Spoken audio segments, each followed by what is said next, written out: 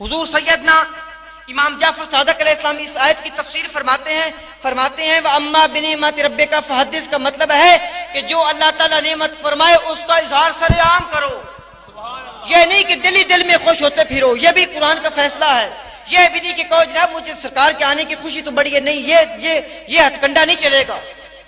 سرکار کے آنے کی خوشی اس طرح نہیں مناؤ چھپ چھپ کر. فَأَمَّا بِنِعْمَةِ رَبِّكَ فَحَدِّثْ، اس کا برسر عام تذکرہ کرو، اس کا چرچا کرو، اس کا چرچا کرو.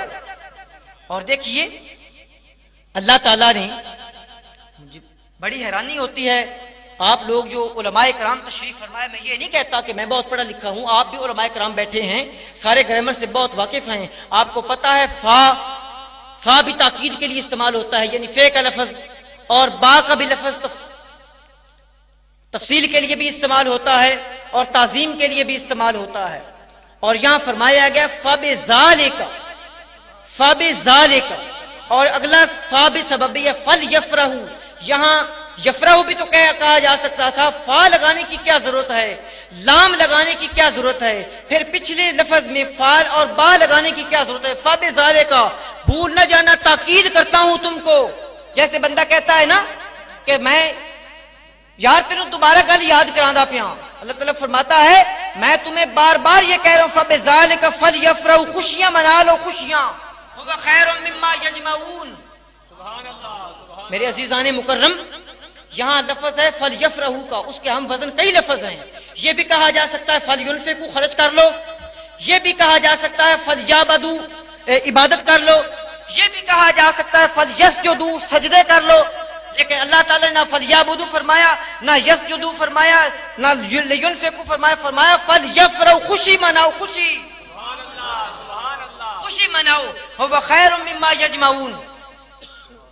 اب ٹھنڈے دل سے سنیں، زیادہ بندہ جوشیلا ہو جائے نا تو جوش میں ہوش جاتا رہتا ہے، یہ اصول کی بات ہے.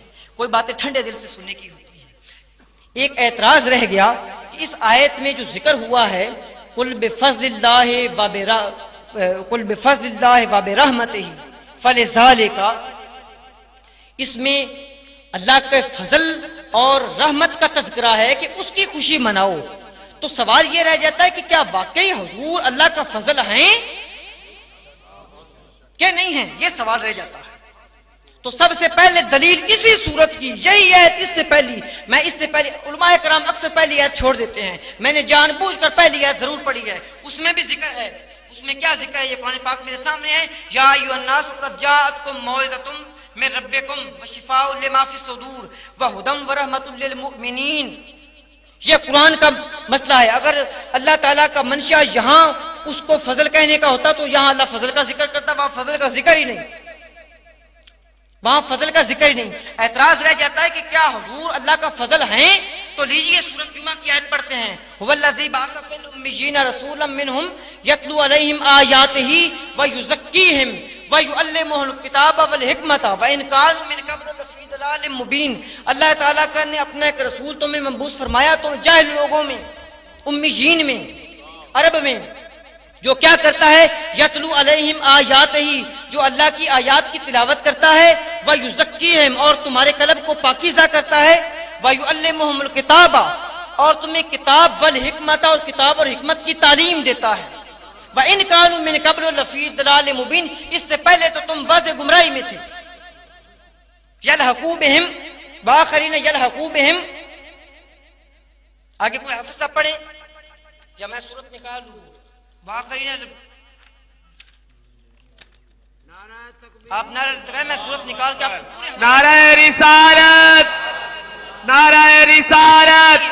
وآخرین منہم لما یلحقوا بہم، اور وہ لوگ جو ان سے بعد میں آ کر ملیں گے. وَهُوَ العزیز الحکیم، اللہ بہت عزیز الحکیم ہے. اور فرماتا ہے یہاں تذکرہ کس کا ہوا پوری آیت میں کہ تمہاری طرف کیا آیا ہے؟ اللہ کا رسول.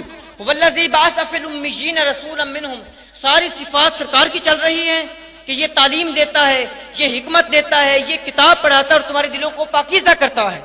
یہ اللہ فرما کے کہتا ہے فضل اللہ یؤتی من یشاء، اللہ کا فضل ہے جس کو چاہے عنایت کرے. تو پھر فضل کون ہوا؟ بولیے، پھر فضل کون ہوا؟ اللہ کا رسول ہوا، پھر فضل ہوا اللہ کا رسول۔ قرآن پاک میں اور کسی لغت میں نہیں جاتا، نہ المنجد میں جاتا ہوں، نہ مصباح اللغات میں، نہ عرفان اللغات میں، نہ بڑی بڑی لغت کی کتابوں میں۔ قرآن خود لغت کی کتاب ہے، یہ جو لفظ استعمال فرماتا ہے اس کا معنی بھی بتا دیتا ہے۔ لہذا وہاں میں نے آیت پڑھی تھی قل بفضل اللہ وبرحمتہ فلذلک فبذلک فلیفرحوا، یہاں اللہ تعالیٰ نے فرمایا محبوب تو ان کو کہہ دے کہ اللہ تعالیٰ کا فضل اور رحمت تمہاری طرف آ چکی ہے۔ اور اب ہمارا سوال یہ تھا کہ کیا قرآن فضل ہے یا حضور فضل ہیں؟ تو قرآن نے وہ بھی واضح فرما دیا ذالک فضل اللہ یؤتیہ من یشاء واللہ ذو الفضل العظیم، اللہ بڑے فضل والا ہے، جس کو چاہے عطا فرما دے۔ حضور ہی اللہ کا فضل ہے، حضور ہی اللہ کا فضل ہے۔ ایک اور آپ کو بڑا لطیف نفیس اور نظیف نقطہ بتاؤں، یہاں آیا ہے قل بفضل اللہ وبرحمتہ، محبوب تو کہے ان کو کہ جو اللہ کا فضل اور رحمت تمہاری طرف آئی ہے اس پہ خوشیاں مناؤ۔ یہ قل لگانے کا یہاں کیا مطلب تھا؟ بھائی بات تو اللہ کر رہا ہے، یہ کیوں کہا گیا کہ تو کہے؟ یعنی محبوب نعمتیں تیرے سبب سے ہیں، تو ہی کہے، محبوب تو ہی ان کو کہے، تو ہی ان کو کہہ دے، چونکہ سارا کچھ ہے تیرے سبب سے، لہذا کہے بھی تو ان کو کہ خوشیاں مناؤ۔ یعنی کسی ملوانے کو یہ نہ شک رہ جائے کہ یہ اللہ کہہ رہا ہے کہ اللہ کا رسول کا فرمایا جو اللہ کہہ رہا ہے وہی اللہ کا رسول بھی کہہ رہا ہے۔ اگلا لفظ بڑا علماء کرام تشریف فرما ہے، ذرا غور فرمائیں، آگے ہے واللہ ذو الفضل العظیم۔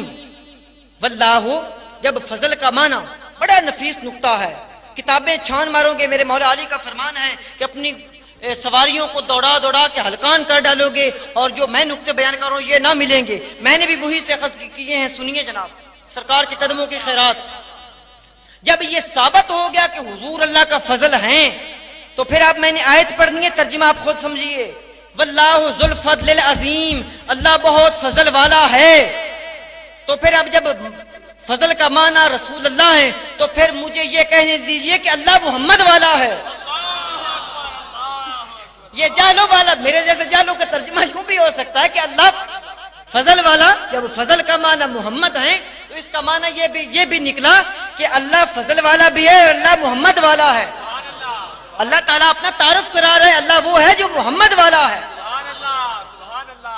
نعرہ رسالت، نعرہ رسالت۔ اگلا دوسرا نقطہ رہ گیا تھا کہ جب یہ ثابت ہو گیا کہ حضور ہی اللہ کا فضل ہیں تو رہ گئی بات رحمت کی کہ رحمت کیا چیز ہے۔ تو اس میں تو کوئی شک ہی نہیں، قرآن نے بصرے عام اعلان کیا وما ارسلناک الا رحمت للعالمین، محبوب نہیں تجھ کو بنا کر بھیجا مگر دنیا ساری کے لیے رحمت بنا کے بھیجا ہے۔ سبحان اللہ۔ یاد رکھیے اس کا ترجمہ یہ کرنا کہ حضور دو جہانوں کے لیے رحمت ہیں، یہ ترجمہ غلط ہے۔ جہاں عالمین نہیں ہے، عالمین نہیں عالمین ہے، تمام جہانوں کے لیے۔ انسان کو تو ادراک بھی نہیں کہ اللہ تعالیٰ نے کتنے عالمین فرمائے ہیں، کتنے پیدا فرمائے ہیں، اسی لیے فرمایا وما ارسلناک الا رحمت للعالمین۔ کسی کے دل میں شک نہ رہ جائے کہ یہاں رحمت ہیں اور زیادہ سے زیادہ وہاں رحمت ہوں گے، نہیں، جو کچھ ہیں فرشتے ہیں، مخلوقات ہیں، جمادات ہیں، نباتات ہیں، عالم انسانیت ہے، عالم لاہوت ہے، ملکوت ہے، جبروت ہے، اور جتنے بھی فرشتوں کے عالم ہے سب کے لیے رحمت ہے۔ اس کا یہ ترجمہ کرنا کہ دو جہانوں کے لیے رحمت ہے یہ غلط ہے۔ اور ایک اور بڑا نفیس نقطہ آپ کی نظر کرتا ہوں، علماء کرام ذرا غور فرمائیں، اللہ تعالیٰ یوں بھی کہہ سکتا تھا ارسلناک رحمت للعالمین، وہ بھی یہاں غور کرو، اللہ یہ بھی فرما سکتا تھا ارسلناک رحمت للعالمین، اللہ اور ما وہاں نہ ہوتا، اس کا بھی مطلب یہی تھا کہ یہ سارے جہانوں کے لیے رحمت ہیں۔ اللہ تعالیٰ نے وما اور اللہ کا اضافہ کیوں کیا ہے؟ کبھی یہ کسی نے غور کیا؟ نہیں کیا۔ آؤ آج اس فقیر کی بات سنو، کبھی کلمہ پڑھا ہے لا الہ الا اللہ محمد رسول اللہ؟ اس میں بھی پہلے لا ہے، لا الہ کوئی معبود نہیں الا اللہ مگر اللہ ہے، اور اللہ حرف استثناء ہے، یہ کہا جاتا ہے سوائے کے لیے بولا جاتا ہے کہ فلانے سارے سوائے فلانے کے عربی میں، لیکن یہ نحو کا اصول ہے کہ جب نفی کے بعد اس کو درج کیا جاتا ہے تو یہ حصر کا کام دیتا ہے۔ حصر کا مطلب ہوتا ہے دوسری سب چیزوں کی نفی اور ایک کے گرد سارے پلڑے برابر کر دی جائیں، ایک کے گرد بات پابند کی جائے۔